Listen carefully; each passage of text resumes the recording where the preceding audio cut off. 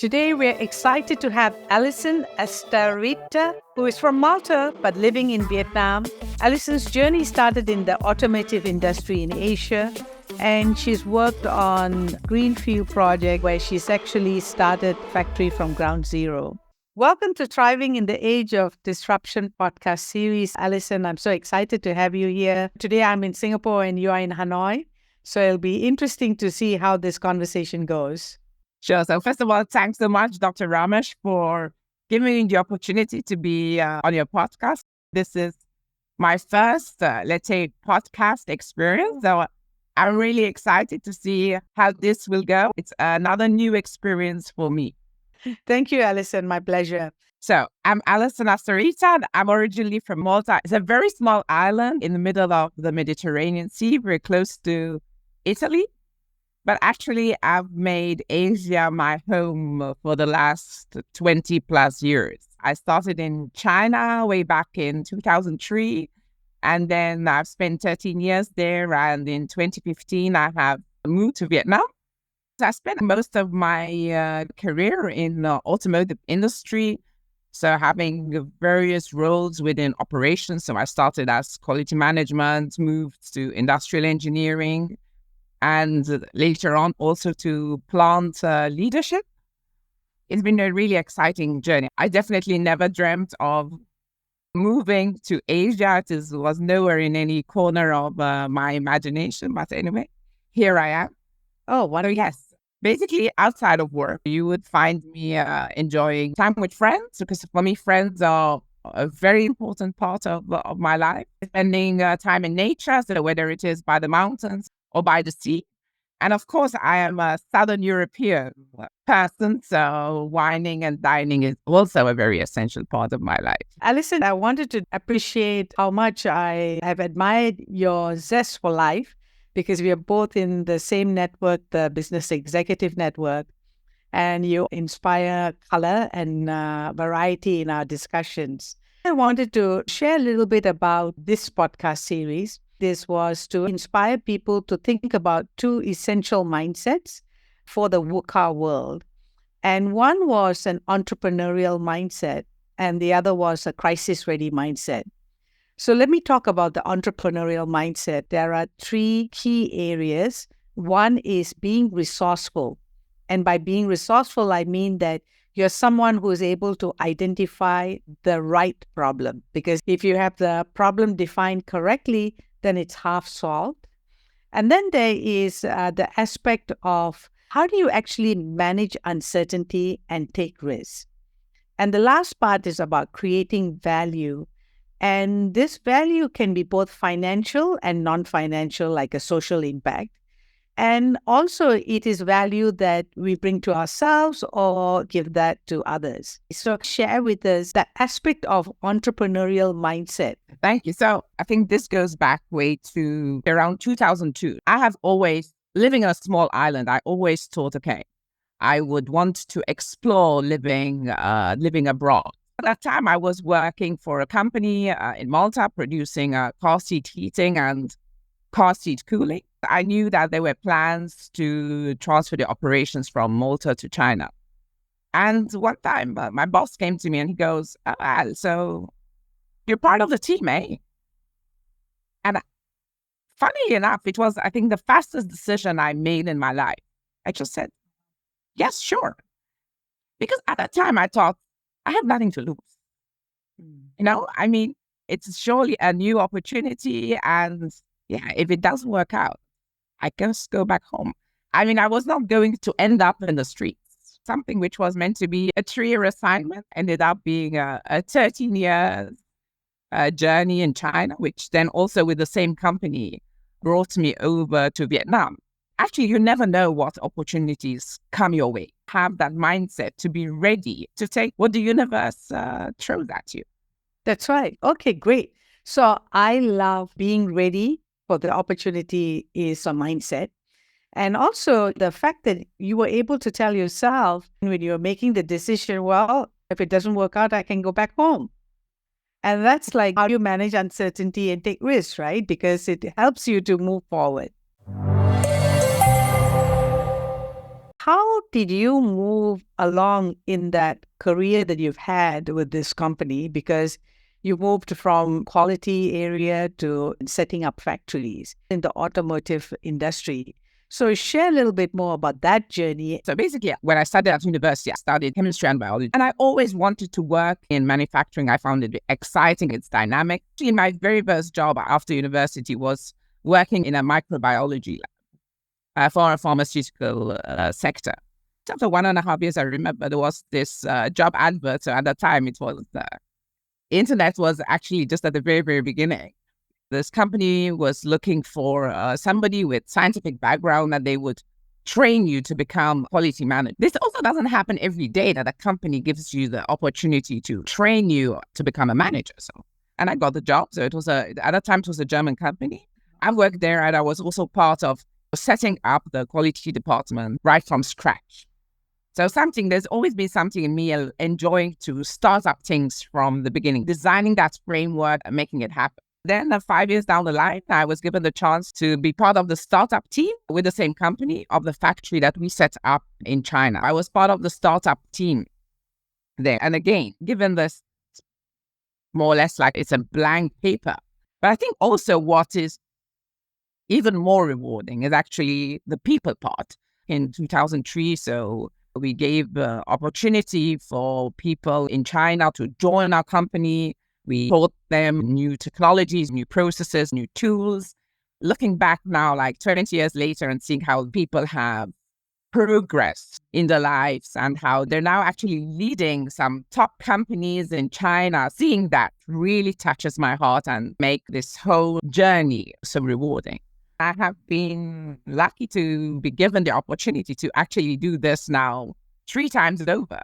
I get the chance to build a new factory from Greenfield, opportunity to select the location where we want to build, work with construction companies. And yes, we actually had our grand opening last October, and we started mass production in September. Grateful to have been given this opportunity 3 times. It gives me so much energy to be able to create things right from the beginning and actually have a vision and make it come to life. You remind me of any typical startup founder, because you start off with a blank page and just build it from ground zero. Vietnam is attracting a lot of FDI investments. What is the biggest challenge for both investors and local owners of factories around quality? First of all, I always believe in working with the right partners that have your same values, because then that is the only way you can make things happen in the right way. For example, whether we work with our construction company, the insurance company, that have also guided us always in the right way to build things after the typhoon. I'm grateful with the partners we have engaged, because it's really all thanks to their high standards, to their high requirements, that we could build in the right way. We've built something that could withstand the Yagi. When I look around our area, we have been lucky because we came away with some minor injuries. Right. Yeah, so I think working with the right partners for me is key. Here's the $1 million question. How do you find the right partner? There are always these networks, like Chamber of Commerce for the different regions. You can always connect with people that are already here, and they can share their stories, experiences with you. You take a couple of samples of those, and then you can form your opinion. You can understand better all your challenges and also what are the right channels to work with. So you get introduced basically to their own network where they have already proven successful. And I think it's a continuous journey. I've also been on the other side of the experience, like a showcase to companies who are coming to invest here. Time to give back and share our own experiences with newcomers, companies that are interested to set up here. You can tap on the chambers of commerce. You can talk to people who are already located here. But more importantly, I also like the fact that when we settle, then we can also share our journey and experience with others. I'm sure that when you started off in the automotive industry, you were a rare person because you represented the fairer sex. And how was that? When you look at statistics around women's participation in STEM, it's still low. So, what would be your advice to young women who want to work in male dominated sectors and industry? I have to be honest. In my earlier days, I did feel that I had to prove myself, or I had to work double to prove myself. But of course, that was in my very early days, building my own experience to be credible, because I started as a leadership position at a young age. So of course, I had to also build credibility for myself. But after all these experiences, I must say, for me, there is one quote that really resonates with me from Sherry Sandberg. I was listening to her TED Talk, and she said, in the future, there will be no female leaders. There will be just leaders. Wow. This really resonates also because our gender should not limit us from our career aspiration. Yes. So it's not about our gender, but it's just about our skills, our experiences that we bring onto the table. One advice I give to younger leaders is to never stop learning, never stop bringing on new skills, never stop trying new experiences, because this is one way to be always one step ahead and be prepared for any new opportunities that come your way. We will never know when these opportunities come, actually. So it's really just up to us to be prepared. I also share with my own team, we need to take control of our own career development. Nobody's going to do that for us. So this is why I always think that preparation, keeping ourselves up to date is key to then be able to embrace any opportunity that comes our way. Oh, wonderful. I mean, that's really useful advice for any young leader, male or female, who wants to move up their career ladder. So I want to move on to the next piece, and that was about a crisis-ready mindset. And I define a crisis as any kind of setback or failure. And usually it's serious enough where if you don't survive, you could die.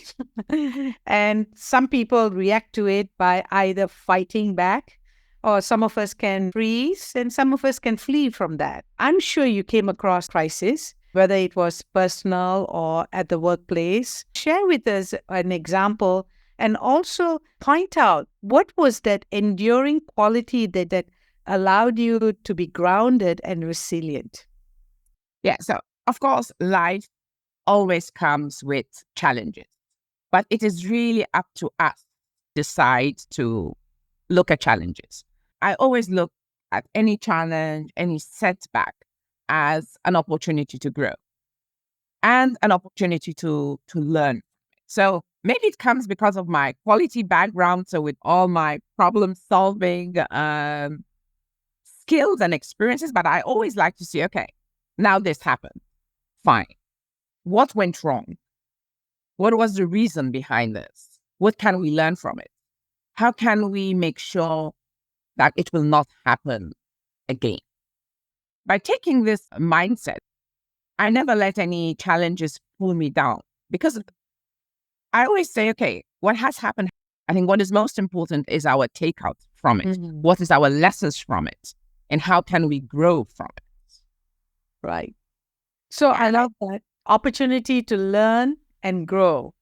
And so then you focus on that improvement rather than it as a failure or a setback.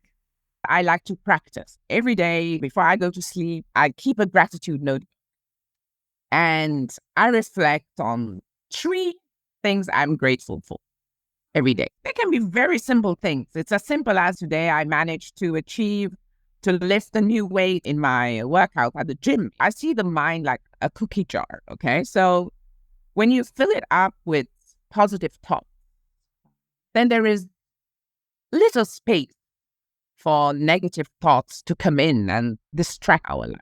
I've been doing this for quite a while. It has really helped to keep positive.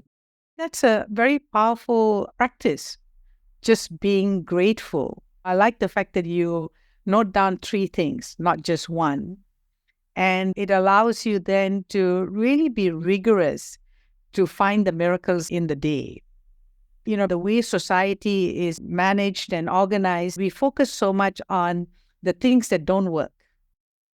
So to reflect on what you are grateful for and what worked, I think that's a great opportunity. Okay, let's move on to another new topic, and that's about spirituality.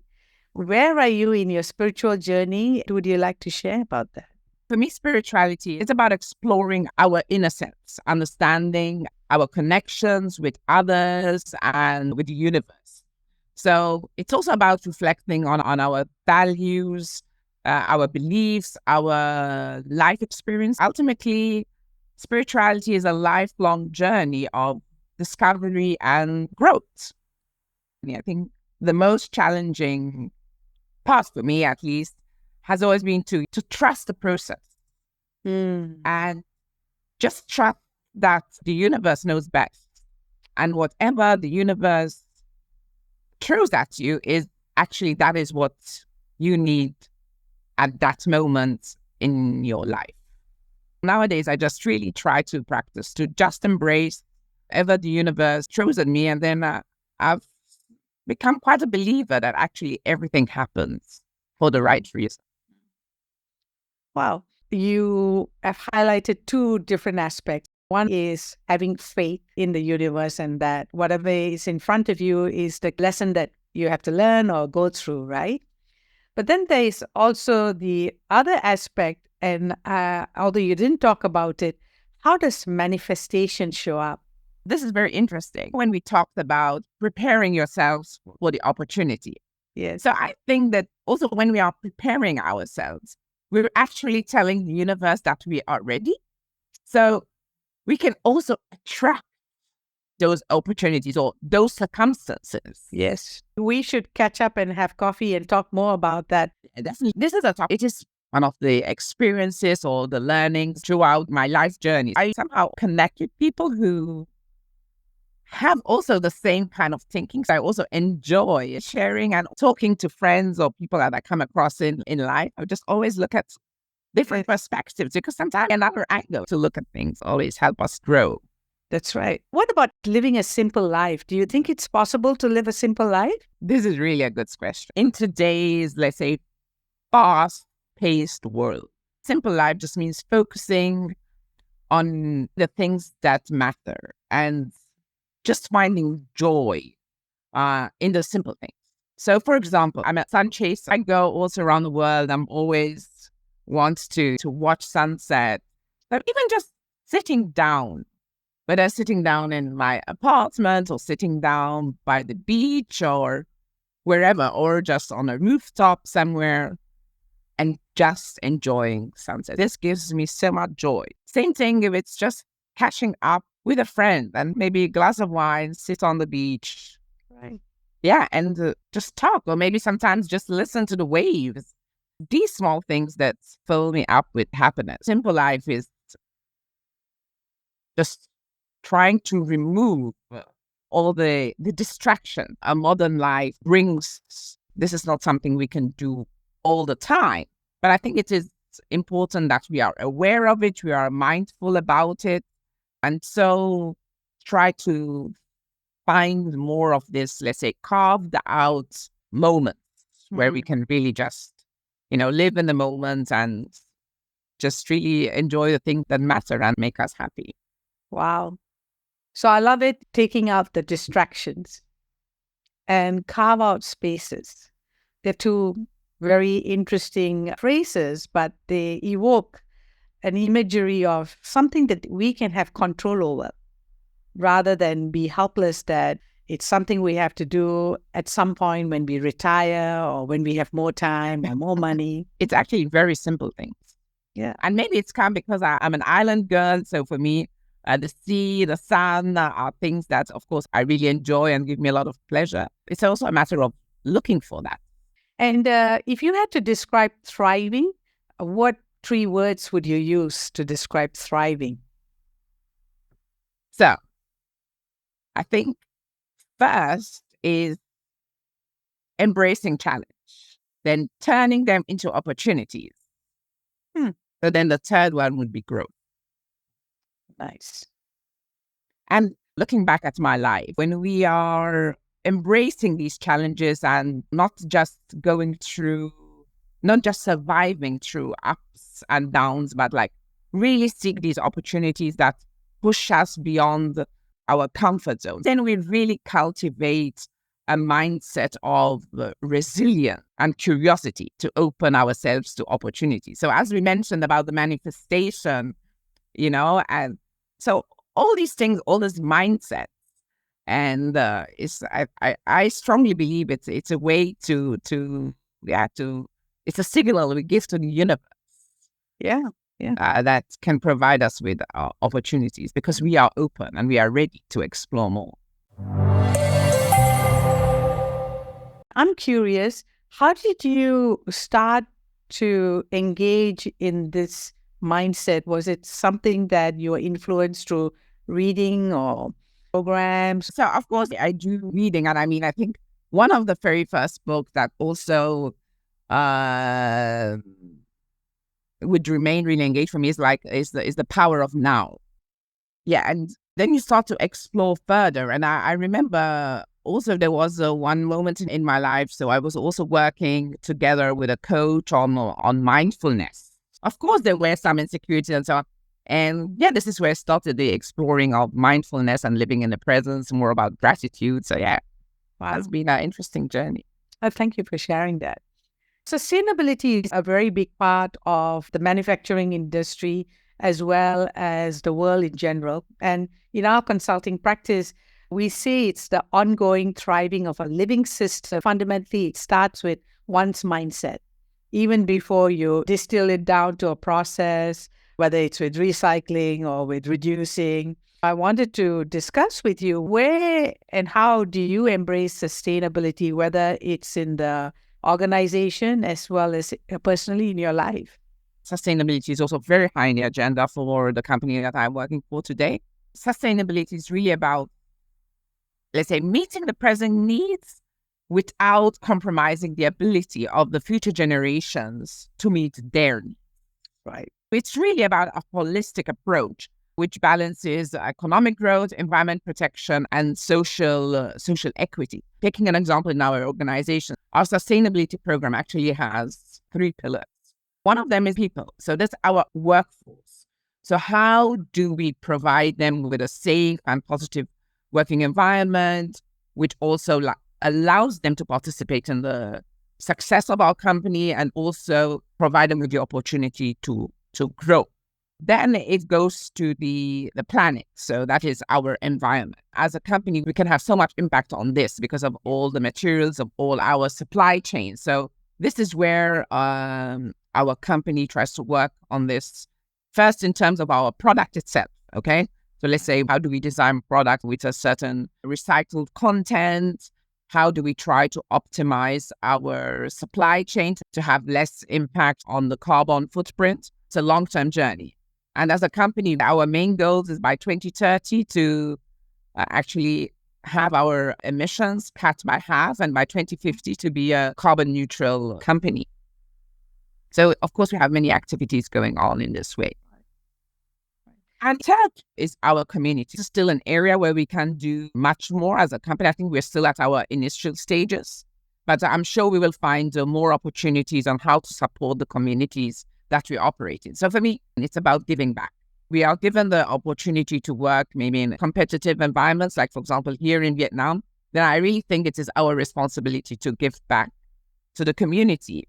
And I always believe that actually education, the foundation of sustainability. So this is how we can help our community by sharing knowledge, try to build up awareness on maybe how to protect the environment, how to work in a safe environment, Also maybe working with schools and how we can help them to provide them with not only with knowledge, but maybe with tools, or making the education environment more attractive for the children that attend there. I have quite a lot of ideas. My personal life, I try to be mindful about trying to have less plastic in my life. When it comes to driving, I mean, I am working 1 hour away from Hanoi, so sometimes that's always a question. But then where possible, I try to mitigate where I'm in the city, try to do more walking.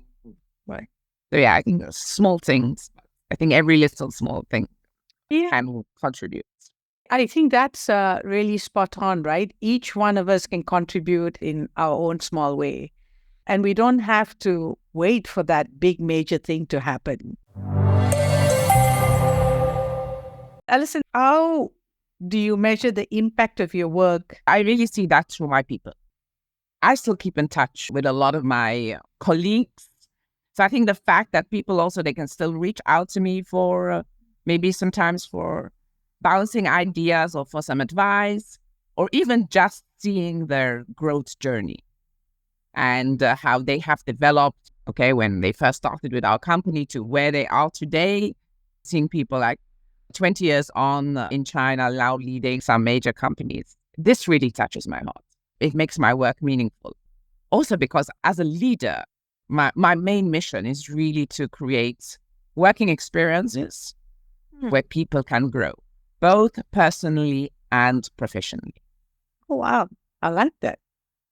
Nice. And how do you stay motivated when the going gets tough? I think it's two ways. I think this practice of gratitude definitely really helps me keep positive and looking at the positive part of life. But I think one other thing is about the people I surround myself with. I don't know if it's because I have been lucky or I attract these kind of people, but yeah, whether I've lived throughout my journey, whether in Malta or I've lived or in Beijing or here, I've managed to have some very good friends, same mindset, the same quest for learning and for developing, and we do share a lot. I like to share and see other people's perspective is, and maybe if they had a similar experience, I feel this helps a lot. Right. So it's like having this extended network, which becomes then your support structure as well. Yes. For me, this is key. So I think also this one reason why I survived so long away from home. So having this network, this support structure is very, very important. And of course, I've made some of the strongest bonds during my time living abroad. We say we are only a flight away. We still celebrate big events, whether it's a birthday or it's a marriage, any big milestone. We are there also to share the celebration. What's the one thing you wish you knew at the start of your journey? I guess it's like the importance of believing in yourself and just try. Just try. You have nothing to lose. Nice. The self-confidence is something I developed through life. It was not always there from the beginning. Yeah. Well, I'm going to ask you some fun questions. What's your favorite book? So yes, I think so really. So I think Becoming from Michelle Obama is one of my favorite books. Becoming has been quite inspirational for me. Nice. And what's your favorite travel destination? So yeah, so of course, traveling is really one of the things I really love to do, to explore the world. So of course, my favorite would always be a beach destination. I am a beach lover, so luckily I am here in Southeast Asia, so we do have some access to some very nice places, exploring the culture, the people's, the daily life, and of course, always exploring the cuisine. I mean, so for me, food plays also a very important part. And I see that also as part of the culture, actually. What do you think is your superpower? Oh, interesting. I think one is my intuition. I think it has always proved me right. I feel I'm a positive person, so I attract positivity. And if you could have dinner with any person in the world, who would that be? Oh, I never thought about that one.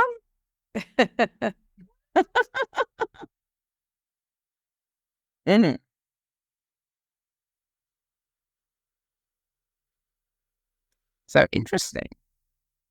I would like to have a dinner with Michelle Obama because I'm attracted to her life story and how she managed to be down to earth. What's the best advice that you've ever received in your life? It really comes from my coach, and it was just really about embracing the moments and just being grateful for what you have. Wow. Excellent. And the worst advice? I don't think I was given any worse advice. Alison, thank you very much for being on this podcast. I enjoyed our chat, getting to know you a lot more as well. So thank you very much, Dr. Ramesh. This has been really an exciting experience. As I said, this was the first time. Yes. And it's so thank you very much for all your sharing and for giving me the opportunity to share with your audience. You're welcome.